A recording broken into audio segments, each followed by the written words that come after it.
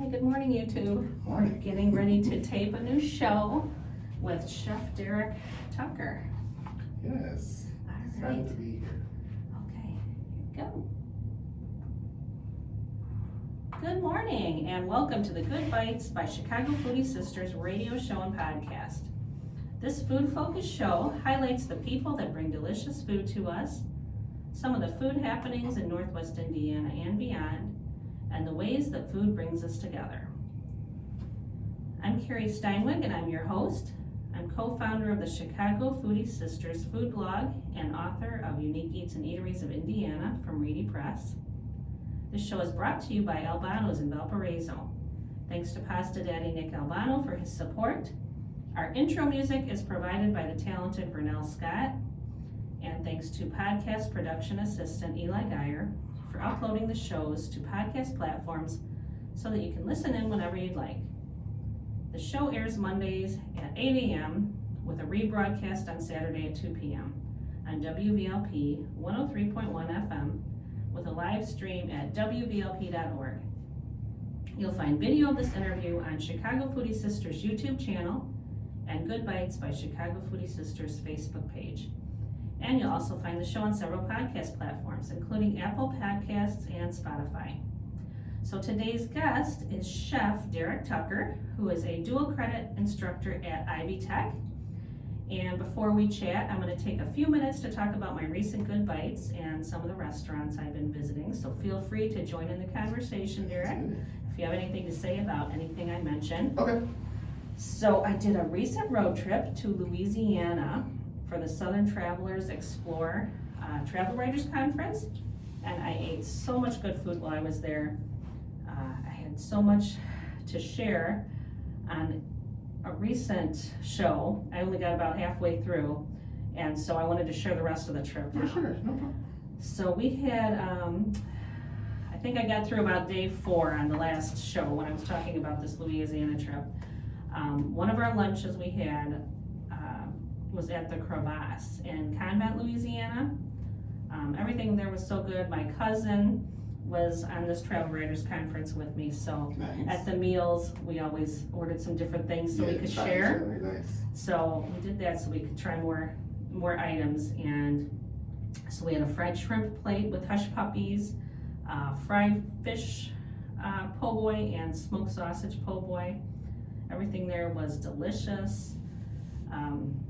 I had ate so much fried shrimp on that. That's so much fried food. That's the only thing when you go to Louisiana. I is know. that whatever diet you're on, So throw good. it out the window. Exactly. And just work on it when you get back. Yep, that's exactly what I did. You have to be able to experience it all. Exactly. Yeah, I ate so much fried shrimp on that trip. I'm still dreaming about it. Oh, it's amazing down there. It's absolutely amazing down there. It is. And then I'll throw in a few of the things that we did like as tours when we were down there. After this lunch, it's next to Posh, I believe it's pronounced Posh Plantation, and that was next door. It was a post-Civil War plantation that was built for an attorney and Supreme Court justice. And so we toured the home. It now serves as a bed and breakfast. And so it was, all the tours we did down there were so interesting. This one was a little different. We did one that was Oak Alley Plantation. Okay. Which that I think is one of the, they do a really good job there, the educational part. They kind of cover, everything. They've got some of the housing for the workers in the 1900s up, which were a little ways back, and actually stayed in one of those one night. Okay. And then they also have some of the reconstructed cabins or housing for the slaves that were on the plantation. Yeah. So they do a really good job of kind of Talking about telling the all. entire Exactly. history. Exactly. Yeah, so it's, and it's such a contrast. It's really heavy being there. You know, it's I've been to some of them along with in South Carolina. We've been on some where like it's the actual plantation and you just like you feel it and it's But yeah, it's I'm glad that they cover it though, because at the end of the day it is still history. Yeah. It is still history. Yeah. And history can repeat itself if you don't So yeah. Yeah, so it's beautiful property, and it's got the alley of the old live oak trees there. Yes, and, those are absolutely beautiful. Yeah, so it's beautiful in the home, and then but you they don't gloss over the history, and so yeah, exactly, and I love that. Yeah, I love that. So we did that plantation, and so this one was a little, a little lighter, and it was they could focus more on the building and or the home and what happened there, because that one was one that was the home was built later on. Gotcha. Post Civil War. Gotcha. How was the overnight stay? Oh, at the Oak Alley plantation, yeah, it was. Like I said, it's heavy being there, and it's staying there it was very interesting because it was I was with some fellow travel writers, and so where we stayed, it was houses that were used by their hired help. Okay. They were constructed in the early 1900s. Okay. They had a couple newer ones, but so the one we stayed in was early 1900s, and they were converted into rooms for the families that worked there. Okay. So it was, they each had like these center fireplaces, and I don't know, did a nice job of renovating them into rooms, but we were able to have like just free run of the place after hours. Oh, that's cool. So it was, after everything shut down, it was just so quiet, and just those few travel writers of us that were there, we just kind of got to explore the grounds and see everything. That's cool. After it was closed, and there were, and take pictures where there weren't people around. Right. And, right. Yeah, and it just, like I said, the beautiful grounds with the Oak Alley that is running out in front all the way to the river, and you can't see the river because it's all the trees in the well, not the trees, they've got the what's the word, like the dikes, not dikes, what am I trying to say? Dams? Yeah, I guess they're dams, like where they have it all built up, so you can't see the river anymore. Like you have to go over there and actually see it. Okay. But anyway. Sounds like fun though. Yeah, but it was a beautiful place. So the next one we went to was Posh Plantation. We got the history of that building and the families that were there, and then we just walked around the corner to St. Michael, the Archangel Parish. Okay. And that's one of the oldest parishes in southern Louisiana. It dates back to the 1830s. Wow. And it is stunning. Yeah. Inside is all the stained glass and just a beautiful, beautiful structure. Yeah, it's amazing how absolutely breathtaking the older architecture is, no matter where you're at. Right. And if you just, even like right here in Valpo, there's like so much old, beautiful architecture, the cobblestone streets and everything. I mean, a lot of people don't understand that, they take it for granted, but once you like get to see that, hey, there was a lot of man-made stuff that went into this, and people actually did this. Yeah. And it wasn't all prefabricated, so I love that. And it's just gorgeous, this church. And in the Midwest, you don't get to see things that are that old, the 1830s. I mean, around here it's 1860s maybe 1850s. There are a few here and there, but nothing too crazy like that. No, so it was really cool to be able to see something that dated back that far. And then there was a cemetery behind the church, which is fascinating to walk through because their cemeteries are crazy. Yeah, I know, and because it's above ground. Everything's above ground. Yeah, which if you've never seen that before. Yeah, I've seen it. I was like, I'm not going on. Yeah, I mean, because they have mausoleums around here, but not to the extent. Everything is above ground, and it was an experience. Definitely. So then that night we had dinner at a place called Pier 51 Seafood, and another meal that involved a lot of deep fried foods.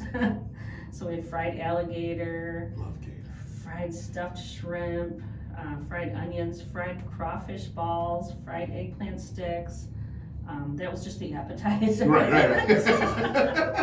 Then when we had a choice of our entrees, I went with a grilled redfish, there which you was go. really good. There you go, nice. But then I kind of regretted, I got a grilled fish and then kind of regretted it as soon as I saw something else come out. Yeah, somebody had a crab cake Landry, it was called. Yes. A Landry sauce. Is that a... Yeah, that's a beautiful thing. You definitely should have went with that over the Oh, I fish. know, I looked at it. Because the thing is that, yeah, you know, you're, like I said, once again, if you're going there and you're going to experience it, any kind of diet or anything is out the window. You can make your other decisions. Okay, I'm not going to have any breakfast. I'll have some fruit or something. But I'm going to make sure to eat good everywhere else. Yeah, you missed out. Yeah. You could have got grilled red fish up here. I know. Yeah. But so Landry sauce, is that a... So it's something that's more Louisiana. I've heard of it. I haven't experienced it or anything just yet. But I've heard that it's absolutely amazing. Yeah, it looked like it was maybe like a remoulade type sauce, but it had shrimp in it, and it looked like maybe bell peppers as well. See, I'm talking my language. Anything Cajun, I'm like about that life. So yeah, I love it. Yeah, so I missed out on that, but it had crab cakes at Arnaud's. Okay. Which is downtown Louisiana. It's French Quarter. Yeah. And so that was probably the best crab cake I've ever had in my life. Nice. That was so good. Nice. So I had that a couple nights before. So we were there with such a large group that we probably had 20, maybe closer to 30 people in our group. So this poor girl, at one point, she was leaning over to put some things on the table, and a cup of remoulade accidentally fell off the tray. And I just picked it up off the floor. I didn't realize it had gotten me. Oh no! So I ended up with it like down my back, in my hair, on my side. But it was just like comical. It was like a Saturday Night Live skit almost, because it was like Southern hospitality meets Midwest nice, and we were both just apologizing to each other for several minutes. And I'm so sorry, and I'm like, no, it's okay. It's okay. She's like, oh, I'm so sorry I did that. And I'm like, no, I'm so sorry. Look at what we're running you ragged. Look at how many people you're waiting on. And she's back there with a wet paper towel trying to wipe it up. It was so funny.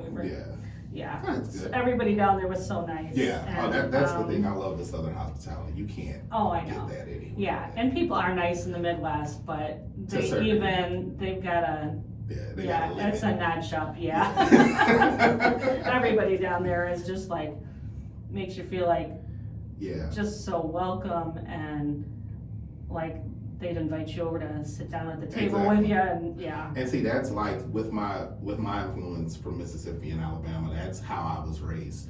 So like up here, you'll see. I mean, even with you, I'm ma'am. You know, it's just that's how I was raised, and you know, it's the thank yous and the holding the doors, and when you see somebody, good morning, or that's just what I'm used to doing. So when I go south, I'm like at home, and it's up here, and it's like, hey, how you doing? And they just walk by you like you're crazy, or you know, they don't say thank you when you open the door or anything for them, and that's that's the stuff that I've instilled into my kids. So I would love to move south, but I don't like the heat. I can't deal with the heat all the time. I like my seasons, so I think the Midwest is where I'll stay for now. We had perfect weather when we were there. I mean, every single day it was like 70-ish degrees. When we were there, it was in July. Oh. It was like 106, 107. Oh I'm like, gosh. why are we here again? Like, no desire to go back there at all. That's what we say in the Midwest, right? When it's like 10 below and we're going, I can't feel my feet. Well, see, no, Why do I live I'm here? okay with that. Though. Are you? I'm a cold guy. I like the cold. I love snow. We've had a little bit too much this year, but it's okay because we haven't had a lot. But no, I love cold weather. Like I will hop in because the thing is, you can layer up and you'll be fine. You can't run around with no clothes on. That's how you go to jail. So well, I had such a good time there. What else did I have to say about the food? I don't know the name of the place. The next day we had beignets for breakfast, and I've had lots of beignets before at New Orleans style restaurants in the Midwest, but was it Cafe Du Monde? No, I tried to get there, and we just weren't. I know there's several locations. Even it wasn't on our route. We just didn't have time to fit it in. But since I had them several times, I was like, okay, on the next trip. Cafe Du Monde is probably the best spot I've had. And a lot of people say, well, I like this. So of course, you cannot go there and wear anything that's a darker color because the powdered sugar is going to get all over you. And people are going to know where you were when you walk around. They're going to know that you've been there. So you have to go to Cafe Du Monde just for the experience. Yeah. You have at least once. That was one I had on my list, and I didn't get to check it out. Yeah. So my sister, who I do my food blog with, Becky, she's traveled all over the world, and she says New Orleans is her favorite food city anywhere in the world. Yeah. So Nice. so she gave me a list of suggestions. There you go. And unfortunately didn't get to. I only went to one. One Suggestion that she had, because we were at a conference, so it was kind of all you said they already scheduled had out you mapped out. Yeah, so I didn't get to do too much on our own, but Nice. but the beignets we had, no other beignet I have had is compared to, and it was not just like the powdered sugar, but it also kind of had like a glaze on it, and it was a praline one. Oh, so you went really fancy. Oh my gosh, yeah. Okay, so I've never even had one of those, so okay, I understand. Yeah, that was really good. And then we were there like the week after Mardi Gras, so everything was kind of Mardi Gras mode, so it had the colors, the sprinkles and stuff on it. It was that's cool. That was so good. And then they also they said, we've got kalachki. Yeah. To go with it. And so kalachki, I'm thinking like the Midwest kalachki, like the little Polish pastries. Yeah. And they bring it, and I was like, those are kalachki. And it was what I would think of as like a pig in a blanket. Yes. It was a sausage wrapped in a dough. Yeah. That I think was deep fried. Yeah, probably more than likely. Yeah. So it was very good. I just wasn't expecting savory. I was like, oh, there's another kind of kalachki out there. There is. Actually, in Texas, they do a lot of different ones too. And I think they might get some of that influence from Louisiana, since Louisiana's right there too. So that's my next trip. Is actually I'm gonna head to Texas and do a barbecue trip. So. Oh, yeah. That sounds good. I've never been to Texas. My son's in Texas right now for work. Yeah. I tell him to bring me some food back. There you go. Oh gosh. Okay. We also one really fun thing I did was one of the groups for our tour one afternoon, we did part of the Andouille Trail. Okay. That was really interesting. We went to Wayne Jacobs Smokehouse, Bailey's world famous andouille, and then Jacobs famous andouille and sausage. So they're all big names in that area. Yeah. And that trail has 34 different locations. So during my time there, I visited a total of 6. Nice. So we did a lot of sampling. It was really interesting to hear about how everything was made, and we got to see a couple of the smokehouses up close and see how they do it. Yeah, that was a really, really interesting part of the tour. Now, did you get boudin though? You know what? Not while I was there. Okay. I had them for the first time a week before we went there. We were in Champaign, Illinois. Okay.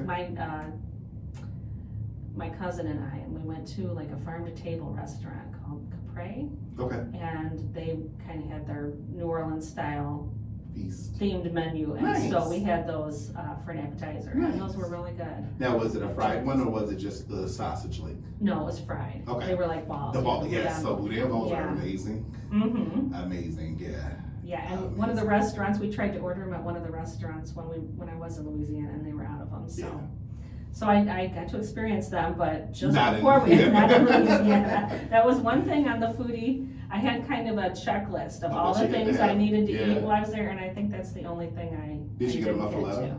I did. Nice. Yes, I went. On our last day, it was on the menu, and I was like, I can't leave without you had to getting a muffaletta. So I was glad that I was able. It's to huge get one. and it's super filling. Oh yeah, I love muffalettas, and I don't really like olives, but the tapenade that they I put on love there, it. I love a muffaletta. Yeah, it's delicious. Just like I don't really like coffee, but I love tiramisu. I understand that. So I totally understand it. Yeah, if you not have a it coffee fan, but I like a good tiramisu. Yeah, so that's how I am with that. I'm not a big olive fan, but I love a muffaletta. I love that olive tapenade. The tapenade, yeah.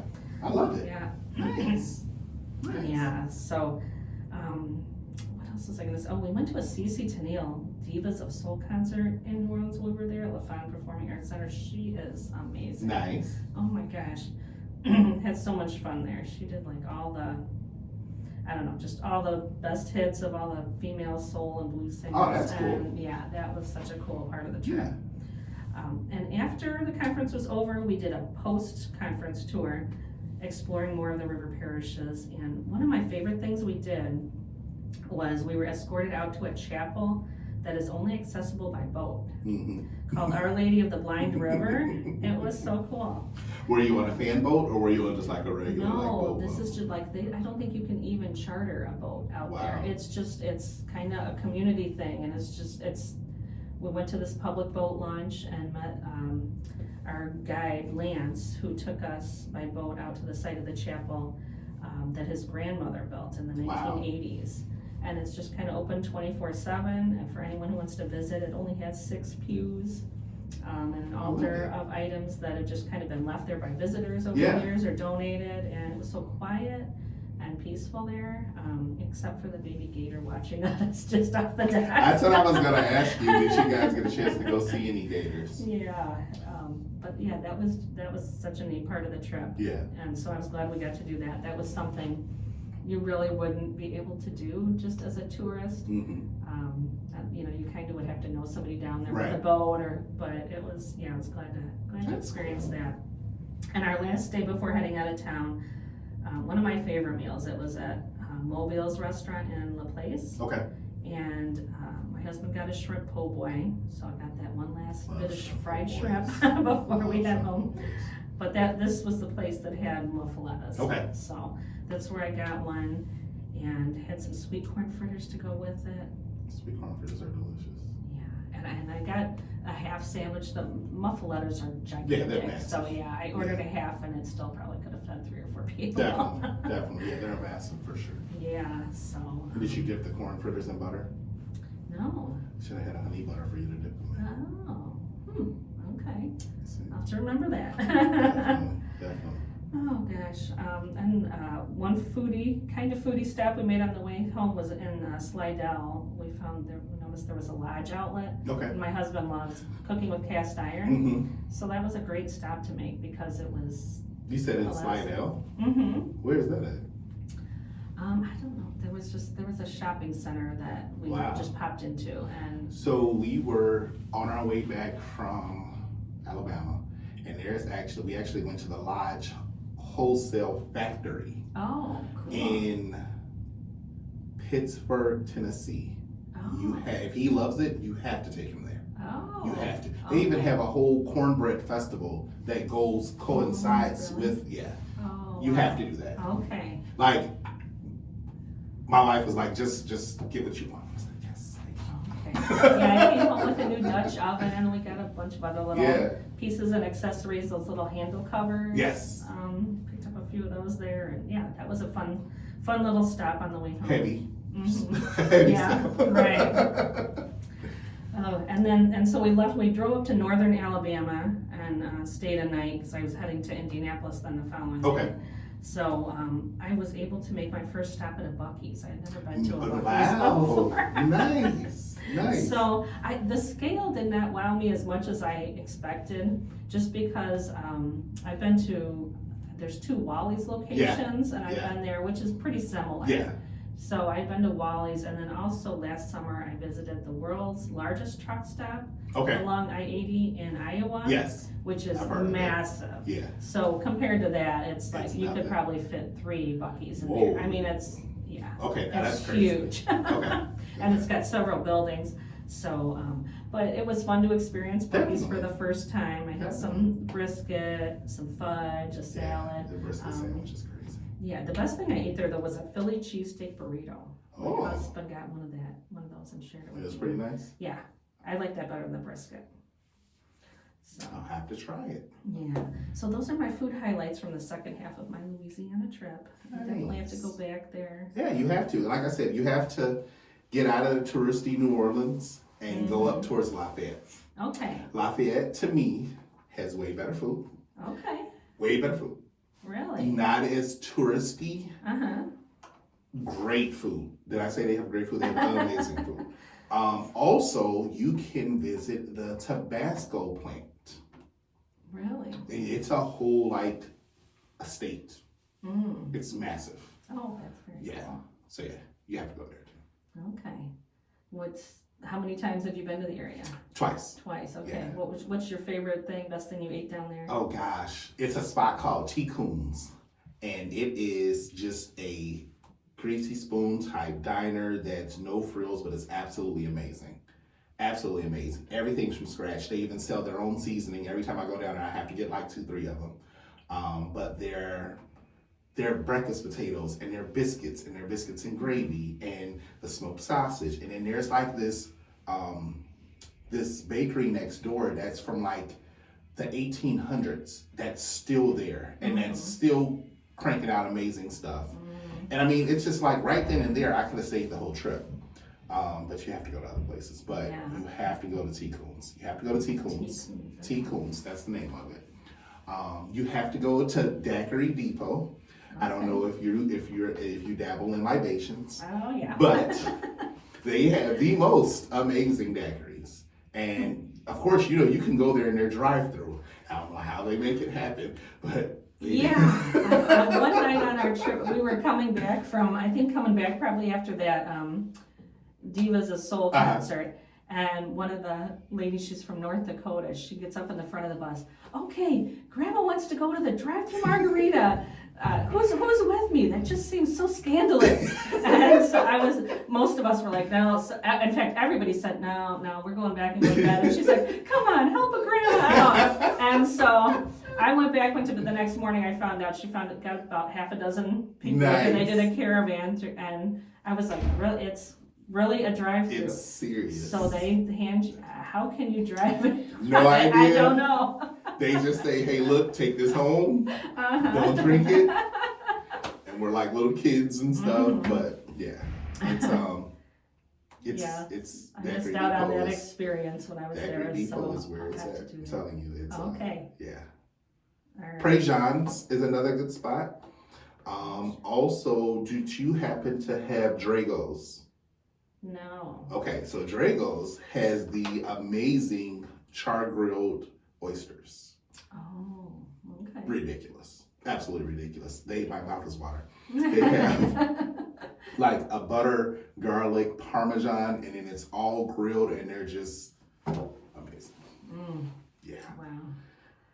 Okay. All right. Well, we've been talking. Yeah, because I'm starving. But let me go on here and formally introduce my guest today. So we've got Chef Derrick Tucker Jr. And he has over 25 years experience in the culinary industry. Gosh, that makes me sound old. He's a seasoned professional known for his passion, leadership, and commitment to culinary excellence and education. His love for cooking began at the age of 6. Inspired by his great-grandfather's soulful family meals. And while other kids watched cartoons, Derrick was captivated by Julia Child and cookbooks, laying the foundation for what would become a lifelong calling. He sharpened his skills early through high school culinary programs and gained notable experience cooking for the celebrity penthouse at the Miss USA pageant. Wow. Yeah, I was 15 doing that. And gosh. When I tell you that it was absolutely amazing, and this is when, I don't know if you remember when the Miss USA pageant was here. This was like 2001. Yeah. So I'm a junior and I get chosen for this. So the whole week I'm at the Radisson and we're prepping and everything. So then the night of the event, it's a blizzard. It's the blizzard of 2001. I don't know if you remember that, but it was ridiculous. Oh, wow. So we get to the mall, because everything was set up at South Lake Mall, and it doesn't look anything like it normally did. So, I mean, we're serving 4 to a pound shrimp. We're serving this, we're serving that. And in comes Donald Trump and Deion Sanders and Tom Brady, his rookie year. And I'm just like, what am I doing here right now? I'm only 15. Yeah. But that right there was just like, all right, I have to do this for a living. Like, cool this is what it was. And we worked our butts off and it was a great time. It was an absolutely great time. Wow. Yeah. That's amazing. And then you eventually launched your own catering company. Yes. And later rebranded it as Southern Roots, a tribute to your Alabama and Mississippi heritage. Yes. Mom's family is from Alabama. Dad's family is from Mississippi. So throughout the pandemic, when everybody was at home and had time to just do nothing, I we found out where the roots came from, and that's where Southern Roots was branded from. So yeah, it's that's me. That's me in a nutshell, and that's why I love what I do and the Southern hospitality and the Southern influence with food and everything. And so it literally comes through in me and into my plates. That's what a lot of customers say at least. And to me, I have to, whatever I make you has to be the best of whatever you had. So you said you've had the best beignet. Now I have to make you one that's better. I have no choice. But it's just me being competitive with myself, trying to make sure that I give the best experience, the best food, because at the end of the day, cooking is a whole servitude of things. And that's what someone told me a long time ago. It's a servitude. You like to serve. You like for people to enjoy what you give them. So that's where we're at. Well, and I got a little more to read about you too. Okay. So Chef Derrick has spent the last 4 years as a dedicated culinary instructor, earning recognition as the 2023 Culinary Instructor of the Year and receiving the Hero in Education Award. Yes. In 2024, he was honored with the Cutting Edge Award for Innovation and Impact in the Field. He serves as Vice President of the American Culinary Federation, Northwest Indiana chapter, and is a board member of COURSE, the culinary organization unifying races through socialization and equity, Correct. advocating for diversity and inclusion in the culinary world. As a dual credit instructor with Ivy Tech, he helps high school students earn college credit while gaining real-world culinary experience. He's also a certified serve-safe food handler, manager, and proctor. Whether he's hosting a pop-up with his food trailer, teaching in the classroom, mentoring future chefs, or firing up one of his beloved barbecue smokers, Chef Derrick continues to bring Southern flavors, deep-rooted hospitality, and a legacy of culinary excellence to every table he serves. Yeah, that's so, okay, yeah. It's a mouthful. Yeah, that's a lot. You've got an impressive resume there. Thank you. I'm so excited to have you here today and Thank hear you. I'm about all excited your to be here. culinary endeavors. Super excited to be here. Thanks so much for joining. Of course. We've been talking a little bit about Southern food Yes, here. yes. I can't wait to hear more about your upbringing and Southern specialties. So just kind of go back to the beginning. We'll Tell go me back about to your the beginning. childhood. We'll go back to the beginning. How you grew up. Age of 6. So, how can I say this? So my great grandfather, he was from Alabama. And so like that part of the family came from Alabama. They came up here for the whole migration with the steel mills in Gary. Okay. So what he would do is every Sunday he would make food for the whole family, whether you lived there or not, the whole family. So you would come and pick your plate up, or he would even drop your plate off. That was just a Southern hospitality thing. After he dropped off my Nana and his wife at church. So he'd come back and do that. So yeah, that's where I started. I started over a grill with ribs and, learning that aspect. Then I had my little step stool and I'm over the stove making collard greens at age of 6, So I learned about flavor. I learned about what it takes. I learned about family. That's been one of the biggest things. And actually when I rebranded Southern Roots, my motto is bridging the gap between food and family, because that's where it began. That's where everyone was. That's where if you had a big meal, your family was around. And we've gotten away from that a lot. And that's what I'm looking to bring back through my food, through another venture that we'll talk about later on that I'm going to be doing. That's like a dedication to my Nana. And yeah, we're gonna have some fun. And that's where it started. And my mom saw a little bit of it, so she fed into it like any other amazing parent would. When they see your child interested in something, she fed into it, where she would order me like these recipe cards, and I would get new ones every month or whatever it may be. So I'd wait and collect them and everything. And then I'm an avid reader. I've always been an avid reader. So we would go to the library, especially like during the summers, and we joined the book club and everything, and I'm reading 100+ books. 85% of them were food. Yeah. It was about food. It's always been about food. It's always been about food. And that's just how it is. And that's just always how it's been. And from the beginning, like you said, Julia Childs, that was a big one. Chef Justin Wilson, the Cajun cook, the I guarantee, that was one of my favorite people. and take a lot of influence from him. But Martin Yan from Yan Can Cook. So actually, that came full circle for me about 2 years ago. I got a chance to meet him at one of my ACF national conferences. So got a chance to tell him the story and everything, and just absolutely amazing gentleman. Got a picture with him. Then I just seen him at our past one that we just had in Vegas last year, and got a chance to see him again, got a chance to talk, and he wrote me a little letter in this cookbook and was like, keep doing what you're doing, you have the passion and everything. So it was just like, okay, look, I'm done, I don't have to do anything else now. But just having that influence and seeing, and you gotta realize, this is Channel 11. There is no Food Network yet. Right. There's none of that. So Celebrity Chef wasn't there. It was just, hey, they cook really well and that food looks really good. I want to do that. So it was never for glitz or glamour or anything. It was because I just want to create really good food and I want people to eat food with me.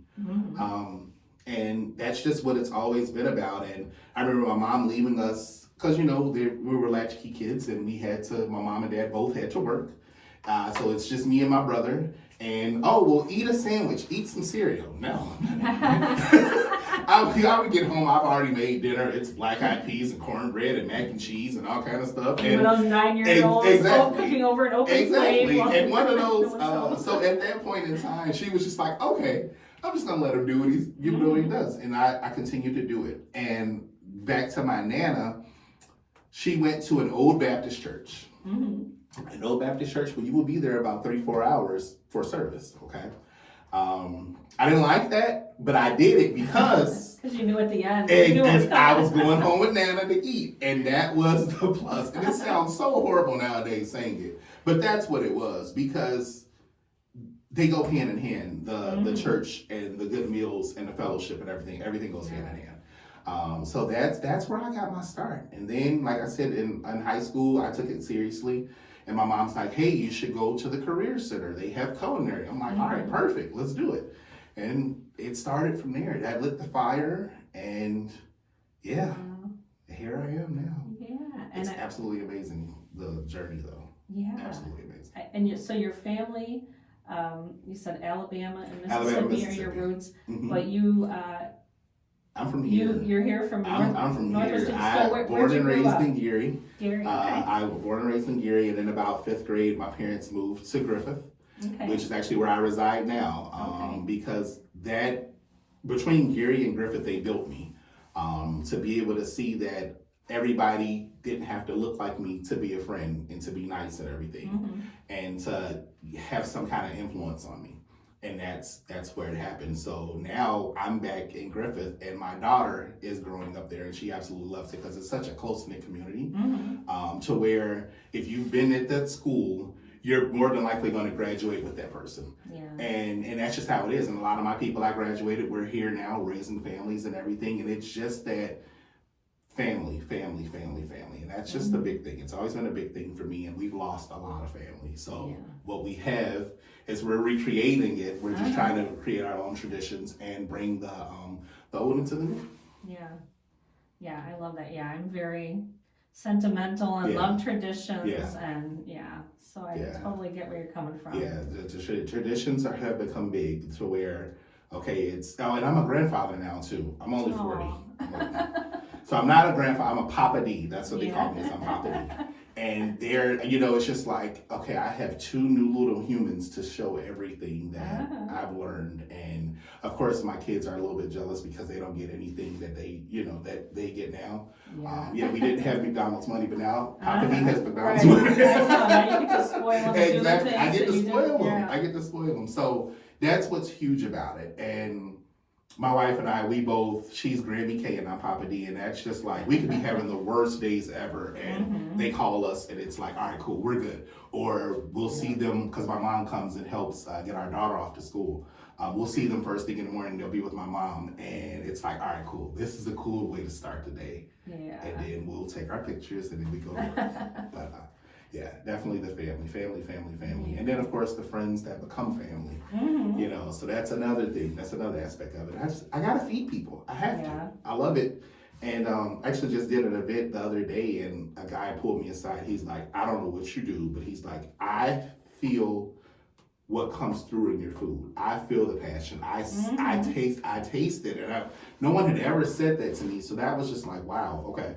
And as I'm doing this event, I have students with me because I have them do some different things, and they see it, and they don't understand it. They say, oh, well, chef's doing this, chef's doing that. But when they see it, and when they see the food sell out, and they see the people coming back, they're like, all right, chef, you might actually know what you're doing.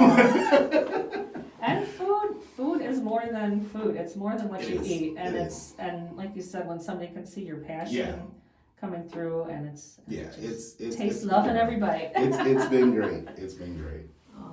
Yeah. So where did you go to high school? So I actually went to high school to Griffith until my senior year, and then I graduated from Lake Central. Okay. Yeah, I graduated from Lake Central. So I'm a region kid. I'm from here. Like my first apartment was out here in Valpo at the Masters off of Glen Eagles Boulevard. So I'm a region kid. Like, and I love it. And like people complain like, oh my goodness, I want to get out of here. I want to get out of here. I don't. Yeah. This is home. Like I can go visit everywhere and spend time there, but this is home. Go to Lafayette and eat some good food. Exactly. Come back and this is home, you know. And you know, like I said, I'm in Griffith, so you know how you had your issue with a train this morning. Well, that's normal for us in Griffith because it's we're like the mecca of anything train. So we literally live by a big train track that. You know, and then in the middle of the night at 3 a.m, you can hear the train track all the way down on Broad Street coming through. So it's crazy, but it's home. Right. It's home, and that's just it's home. And I'm from the Chicago suburbs. Yeah. But close enough. It's kind of all. Well, and that's the thing. Even where I was at, I was in Lansing. I grew up in Dalton, then was in Lansing, but to me that's all part of the Calumet region. Exactly. Kind of all the region goes together. But I know what you're talking about with trains because I grew up in Dalton. Yeah. Yeah, we're at night. I was close. We lived close to train tracks, and so the house shook, and you just get used to it. And you always got used to being 10 minutes late for stuff. Exactly, because if you're rushing for something, you're going to get a train. I know. You're definitely going to get a train. It's either coming from right here, or right here. So if you want to bypass it all, you better go to the highway. That's the region, but I love it. It's home. And so you did culinary classes yourself in high school. So tell us about that. I did. So at the Hammond Career Center, that's where I actually did my culinary classes. That's where we got a chance to do the Miss USA pageant. We got that option. We got a chance to compete. I competed while I was there. And then fast forward years later, my instructor from there calls me and says, hey, I love what you've been doing. You're one of the only people still in the industry. I think you should come and teach this class. I'm like, what are you talking about? I don't even like kids. And you want me to come and teach? He's like, no, seriously, think about it. He's like, they need you. And the program was pretty much like on its way out the door.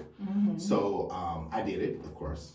And it's great. It's thriving now. The gentleman that was actually my para, he's actually running it now, and they're killing it. They're doing great things. I actually went on to 21st Century to where they didn't even have a culinary program, but they wanted to do it. So my room, my culinary lab used to be a computer lab. And now it's got induction burners, and it's all kind of industrial exhaust, and it's refrigerators and freezers and convection ovens and work tables and everything. So it's a complete 360. And just, once again, just trying to do it for the kids, give them the experience, show them that there's other things that they can do, and you don't have to just go with the norm. And that's what a lot of people, I understand, people push college. A lot of people don't learn like that. I'm not one of those people. Like, me being a teacher, you would have told me 10 years ago how to be a teacher, I said, you're crazy. Like, I don't like school. I can't sit and hear somebody lecture to me and, okay, I have it all. I'm a hands-on person. Yeah, and cooking is it's science. It's a hands-on. Yeah, I mean, there's only so much bookwork you can do. It has to be exactly. You have to be doing hands-on.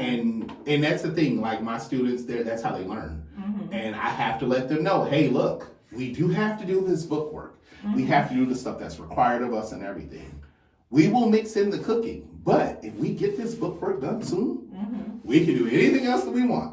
So let's get this out the way, do what's required of us, and then we can have more fun. Do what we want to do. What we want to do. Exactly. So yeah. Yeah. It's fun. Yeah, that's amazing. They tire me though. Do they? Oh, I didn't have all these white hairs before I started yeah. teaching. Trust me. I haven't done it. I haven't done it at all this year, but I occasionally do substitute teaching. Nice. Just because I always have wanted to be a teacher. Yeah. Ended up being a writer, but I love being around kids, and I was always the room mom when my kids were in school. Yeah. So once in a while, I'm just like, I want to be around some little people, and so you get I your haven't done it fix. in a while. But yeah, in fact, I was thinking about going back and getting my teaching certificate. Nice. And I told my husband, okay, I'm going to go sub and, kind of get a feel for it and see. And I went the first day and I came home and I was like, it was fun, but it was crazy. And I don't think I could do it every day.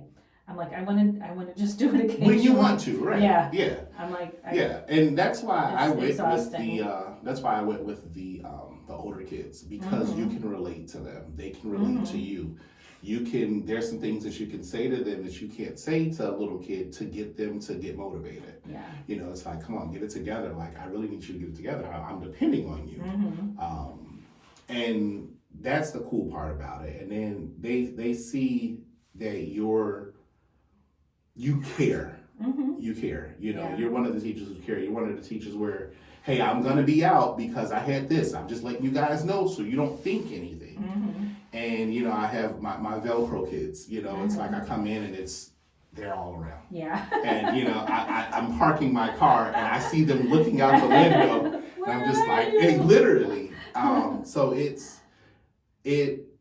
has its moments to where it's just like, I don't know if I really want to do this, but I don't know why I It's so kid rewarding. myself. It's so rewarding. rewarding. It's so rewarding. Teachers work so hard. We're not paid, but it gets to the point where it's not even about that. It's about just making sure that I can do whatever I can to put these kids on the right foot forward to go forward in life in this industry. And I'm gonna get as close to the industry as possible, but you still have to go and learn it yourself. But I'm gonna at least prepare you as much as I can. Yeah. That's my. I have to give a little shout out right now to Chef Ken, who my kids went to TF South High School, and my son really wanted to do culinary classes, but he was in like all these AP classes, and he never had a chance to add that to his schedule. But at one point they were doing these community classes where just the parents could sign up and anybody could come in. And so my son and I signed up for a couple classes, a series, and Chef Ken, he real renowned chef in the Chicago area and had cooked for celebrities and lots of well-known spots. And he just, I think at one point he just kind of got tired of the schedule of running a restaurant, which is crazy as well. And he thought, okay, he wanted to work a day job and do it on his time. and so he was doing the culinary program at TF South, and it was, even for me, I learned so much doing that. I had never like cut up a whole chicken, and so we learned that in his class, and it was really really a good experience. And my son learned a lot, and he cooks now. I mean, just from that, a couple weekends going to these classes. That's awesome. And and he went back to, he's a chef at Batter and Berries now. Nice. So he's great guy though, and I learned think so I know much you're talking from about. him. I've heard of him. Yeah. Nice. So I thought that was so cool too for the kids to have that experience of someone who had was teaching, but also had the real world experience of running kitchens and restaurants. And see, that's what I bring to the table, because it's like every weekend, hey guys, I'm doing this event. Is anybody available who would like to do this? But I cannot go through this interview without saying as much as I can about the ACF, the American Culinary Federation. I was going to ask about that. Tell us a little bit about what that is. It is basically, we are the excellence of chefs throughout the world, because not only is it the ACF, but we go into the AAC, which is the American Academy of Chefs, and then we have the World Chefs. So it's literally an organization where we are all banding together for the betterment of culinary excellence, student education. Like, we do scholarships. There's so many different things that we do. The kids, we actually just did what's called Taste of the Farm, which is an event that my chapter started. So we were down at Fair Oaks Farms. This is our third year doing it, yeah. Okay. So we do it, it's the first Thursday in October, October 8th, just so you know. So make sure you get down there. But it's where, because we were always doing different things, golf outings and everything. And I'm like, guys, why don't we do something? People know us as chefs, right? Let's do some food stuff. So we all push together, and I know myself, like Chef Gabe, Chef Jorge Sullen from Mixtura. We all put our heads together, and this was something that we came up with as our brainchild, us along with our other board of director members. And it's basically some of the best chefs in the area underneath one roof for one night. You can buy a ticket, and you're sampling any and everything that they're bringing. We even had, because I do a lot of smoking with my meats, Cotton Gin Smokers, they brought out a $50,000 smoker. Absolutely amazing. 200-gallon drums on it, a fryer, a pizza oven. This is all on one big rig. And talking about it being a conversation piece. And then some of my kids got a chance to work on it. And they're side by side with world-renowned chefs from all over the U.S. and everything. And it's just an amazing event, an absolutely amazing event. I mean, just some of the people. So you say you're from TF South, so you know that area. So you heard of Zarlingos before? Oh, in Chicago? Yes. So Tommy Zarlingo is a very good buddy of mine. Yeah. So he was there. He brought some stuff out. We had Chris Pappas, who has so many different restaurants so many different restaurants. He just took over Lighthouse and everything. We had the group with Rosebud Steakhouse, Capalillo's. I mean, there was so many different people there. Our national president was there from the ACF. And I got actually my presidential medallion. And I brought it, just in case we talked about it. So. Well, I love events like that where you get to. And you get a chance to see the kids in action too. So this right here is actually my chef educator of the year medallion. Oh, wow. And then this is my presidential medallion that I received, and not many chefs received, and it was such an honor to get that, especially in front of my kids and everything. Yeah. So it was great, but I gotta get a picture. Oh yeah, for sure. Before we go. Anybody in the industry is like, hey, I want to do this, but I want to know how can I network and how can I get with people that are like-minded like me. Join the ACF, join the local chapter. You guys can get a hold of me. You'll have my information.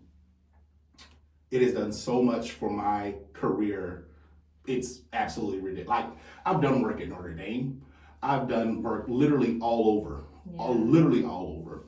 And it's just been such an amazing tool, an amazing networking, and just an amazing part of my life where the wife knows what it is and what it brings to the table. My daughter, my 11-year-old daughter knows what it brings to the table, my sons. And it's great. And it's been instrumental on my success. Hands down. Yeah. And like you said, it's so good that the kids, your students, get to see what's possible. Exactly. Yeah, we just had our presidential gala at Blue Chip last week, and some of the kids were able to get scholarships, and they got a chance to see Chef of the Year, Educator of the Year, and everything. So they really got a chance to see this is what we do. Okay, and it doesn't stop. As we're doing this event, we're already planning 2 more right now. But it's just understanding that, hey, you can do it if you have the great team behind you and you're supporting cats, which we do.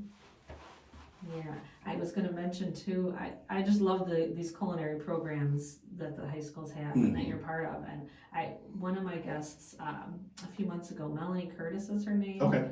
She has Gene Catering desserts, and she was in Chicago Public Schools, and at 15 got to work with Charlie Trotter. Wow.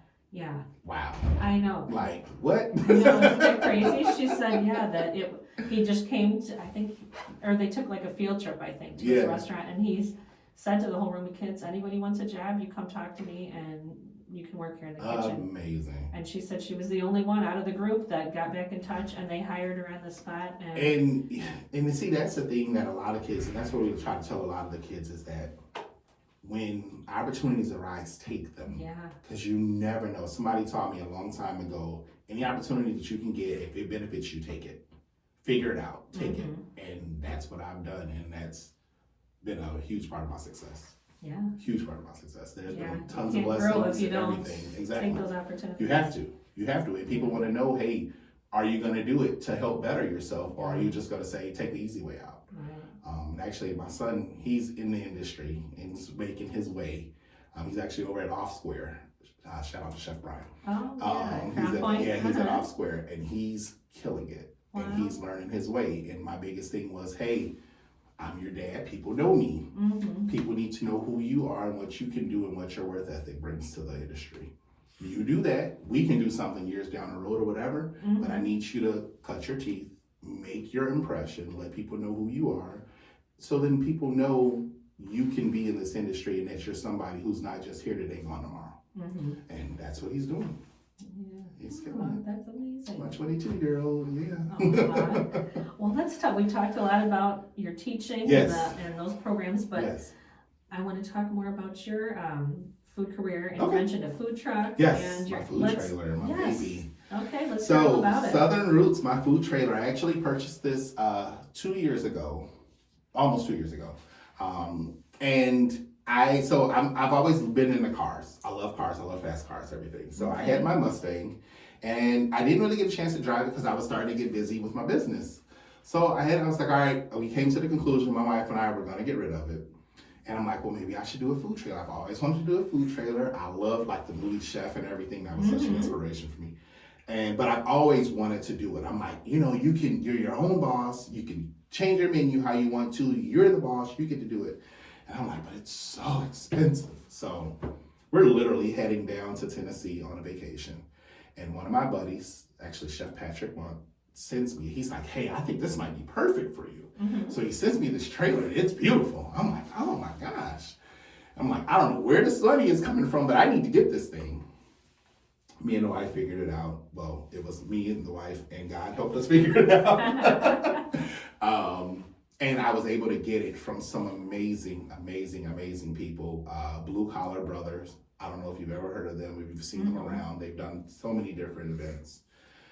They have been a godsend. My trailer was a godsend. Amazing people, family-oriented people just like us, and have helped me so many points of the way just to learn the industry, because this is a different beast. I'm a chef. Cool, we can do that. But this is different. You have to pivot. You have to, you don't know what your crowd's going to be like. I had an event last year. I'm set up, ready to go. I got 60 pounds of pork. I did biscuits and gravy. This is going to be great. It starts thundering and lightning. We have to cancel the event. What? I manage the Valparaiso market in the summers, and so our food trucks. It's completely different in a kitchen. Completely different. A stationary kitchen, then taking it on wheels, and you don't know what the weather's going to be. You don't know what the crowd's going to be. There's so many variables. It's so hard because I just had an event last week at Gnosis. Shout out to Gnosis Brewing because they're amazing. They do a lot of cool things with me. And people came like 3 hours after we started the event and were mad because I was out of stuff. Hold on. We started this at this time. People were already there waiting for food. And you're mad you come 2-3 hours later and it's not there. Sorry, it's nothing where I can just run to Costco, run anywhere to get the stuff. I put time and effort and patience and passion into all of my food. It's not something that's microwaved. Right. I can do hot dogs all day long. That's not what I do. Right. So you get those, and you get people that they just think that it's just so easy, and it's not. It's a struggle. Yeah. Okay. It's a struggle. That's kind of the nature of the beast with like the smoked meats too. It's like you can do so much. Any good place, you know that they're going to run out. They're going to run out. Yeah. They're going to. And so you're just taking your chances if you're going there an hour before close. Exactly. Literally. So we sell out a lot. And as more and more people learn about us, they're learning. And so we have a following, our Piggy Mac. That's what we have, and that's our flagship dish, and you have to come out and try it one day. Okay. It's my smoked pulled pork mac and cheese, and it's ridiculous. Absolutely. So when did your food truck? We actually we debuted last June. And it's called Southern Roots. Southern Roots. Yeah. Okay. So I can't believe we're getting close to already running out of time. Oh gosh, I'm sorry. No, I'm gonna have to have you back because I know there's so much more and I'll bring we you can food. talk That's about. fine.